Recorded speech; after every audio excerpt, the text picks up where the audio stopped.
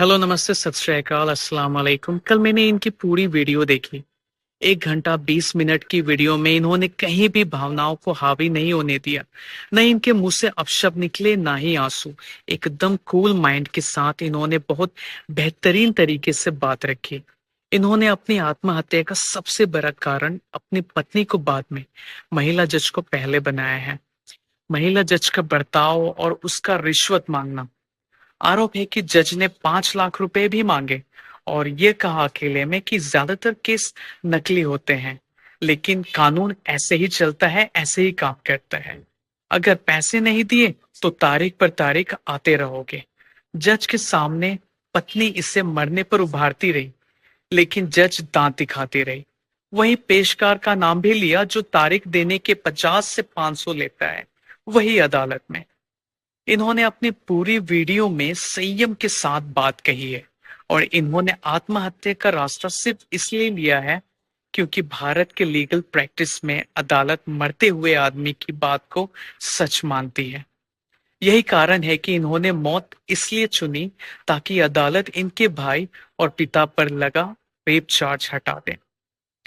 2 साल में 120 बार से ज्यादा ये बेंगलोर से जौनपुर कर रहे थे अदालत के कारण। जज भी मेंटेनेंस और एलिमनी को बढ़ाने की तरफ जा रहे थे। जिस हिसाब से ये बात बता रहे थे, ऐसा नहीं लग रहा था कि ये गुस्से में या तेज में आकर बोल रहे हैं, बल्कि ये इस बात को दिखाने में सफल हुए कि इस मामले में मर्द और उसकी फैमिली की हार ही है, उनके लिए जो लॉ अबाइडिंग सिटीजन है। इन्होंने मरकर अपने परिवार को बचा लिया, इस अंधी नियम वाली को चर्चा का केंद्र बनाया है और भारत के करोड़ों मर्दों की जिंदगी में सुधार लाने लायक एक माहौल बनाकर गए हैं। मुझे ये किसी भी एंगल से आत्महत्या नहीं लगता, मर्डर है, ठीक उस हिंदू बहन की तरह जिसको स्तन ढकने पर टैक्स लगाया गया था और उसने अपना स्तन काटकर अधिकारी के हाथ में दे दिया था। इससे कानून में बदलाव आ गया था।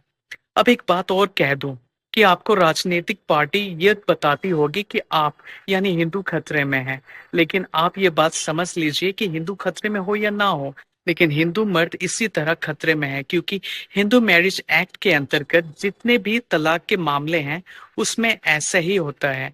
नेहरू जी ने हिंदू महिलाओं के उत्थान के लिए ये एक्ट बनाया था, लेकिन समय के साथ इसका ऐसा दुरुपयोग मिसयूज हुआ है कि 2013 का आंकड़ा है, प्रति 9 मिनट में एक हिंदुस्तानी मर्द आत्महत्या कर रहा है, शादीशुदा हिंदुस्तानी मर्द। ये कोरोना या प्रदूषण से होने वाली मौतों के आसपास ही है, लेकिन इस पर कोई बात नहीं करता। पिछले 7 साल में ये और ज्यादा बढ़ गया है। भारत में मुसलमान को यह फायदा है कि वो 3 महीने में एक एक करके तलाक देकर अलग हो सकता है और इसलिए इस आंकड़े में मुस्लिम मर्द बहुत कम है, लेकिन प्रताड़ित लगभग उतना ही हो जाता है। लेकिन हिंदू भाई की हालत बहुत खराब है। ये जितने भी मस्जिद के सामने नाच रहे हैं और समझ नहीं रहे हैं कि इनको सरकार से अपने लिए क्या चाहिए। बहुत जल्द ये लपेटे में आने ही वाले हैं। भाई के बेटे और माँ बाप के लिए दुख है। आप मुसलमान हो इसलिए आप हिंदुओं की इस हालत को जब तक नहीं समझ सकते, जब तक आपके दोस्त के साथ ऐसा ना हो जाए और आप अपनी आंखों से ना देख लो, इसलिए इस भाई को ज्ञान मत पिलाइए।